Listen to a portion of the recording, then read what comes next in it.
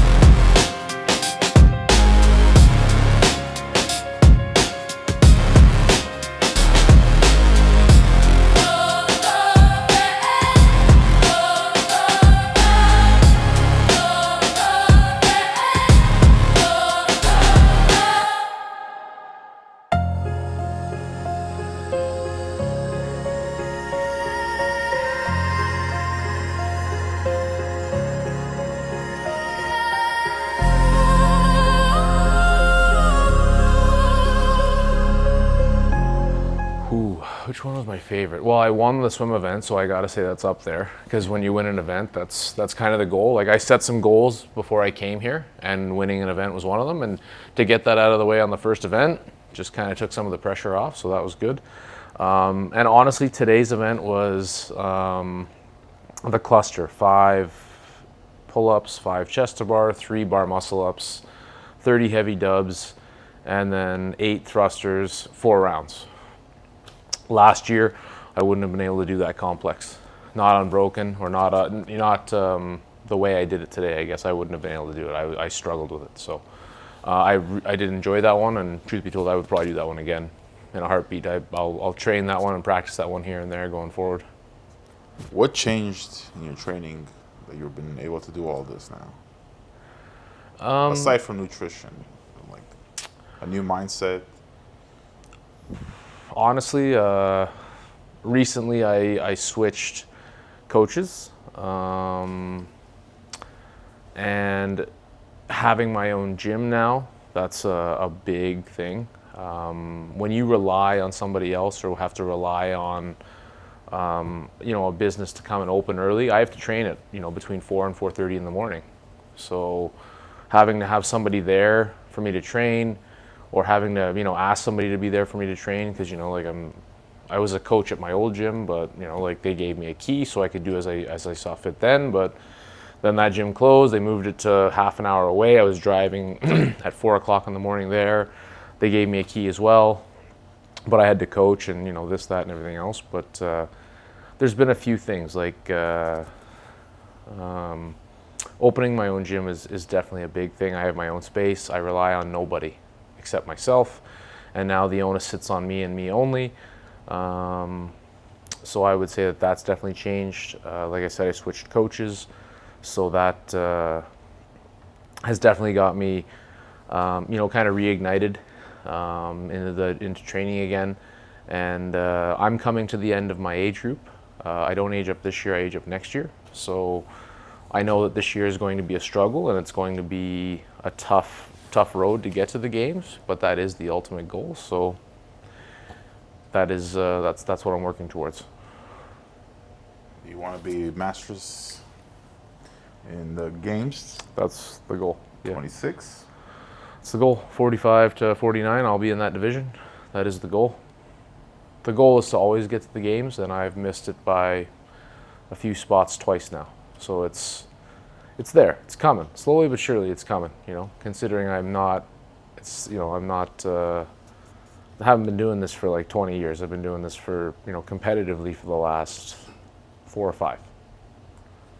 All right, let's talk about the teams. Oh boy. This is where you want honesty. All right, I'll give it to you. What was going on there? It was a mess. If you want honesty, it was a mess. We don't train together. You could see the differences in teams and lanes and all that other stuff. Like guys that train together regularly, or they're in the same gym, or they're doing that thing. You can see, like the togetherness they have, and like they're on point. They're they're squatting. They're doing all of those synchro things because they've practiced it. Carl, Antonio, and I picked up a worm for the first time together on Friday night. Or Thursday night. Thursday night at check-in, at athlete check-in, we picked up a bag for the first time. So You're just pretty much having the synchronization. it just didn't go well. Like I said, we weren't on the same page. I'm not one to hide my emotion, as I'm told. Pretty black and white. So if I'm pissed off, I'm going to tell you, or you're going to hear it from me. And I would say that the first event, I was already frustrated. So I'm gonna, let the guys hear it, and either that's going to motivate them or bury them. I'm not here to sugarcoat it. I'm here to get the job done. So do you think if you came down next time and you guys trained maybe a week or two together? I think if we got some time in the gym together, yes, we would probably be a little bit easier, like a little bit better flow. I'm not saying that all the events went badly. Like a couple did not go great. Today was one of them. The second event was a tough go. At the same time, the guys have been, pretty gracious about, like me doing the individual. Like we were supposed to go this morning at 8:55 or 9 o'clock or something like that. But my individual event, my last event, was 9:08 or 9:10 or something of that nature. And we couldn't do both. So I went and spoke with Adam Everett, the boss, last night. I showed him the schedule, explained everything. He's like, don't worry about it. You have to do the individual event. We're not moving that. And we'll accommodate your team. And we ended up going with the RX team males, I think, or whatever, a little bit later. So they were very accommodating. Both Carl and Antonio were very gracious, saying, like, you're in a podium position, like, get after it, and we'll make it work. So there's give and take 100%, and I appreciate that. Like, I did sign up for the team, and I would have given it up if I wasn't in a podium spot or anything like that. I'm like, whatever, it is what it is. Just miss it and jump into the next one. Who cares? But they were gracious and actually kind of pushed, like, you have to go do that thing. You have to get it done. So I think that like as a team, we're close. But when it comes to training, I think time together would definitely be something that would make us more successful, 100%. But it doesn't matter if it's a team or it's individual.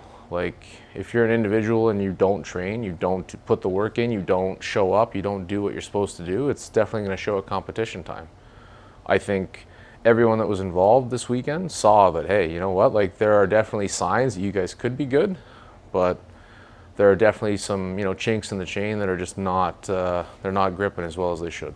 So. Thank you for the honesty. Well, it was good talking to you. I'm always happy to see you, man. Until next time. Yeah, big fella. Always looking forward to it. Always a good time.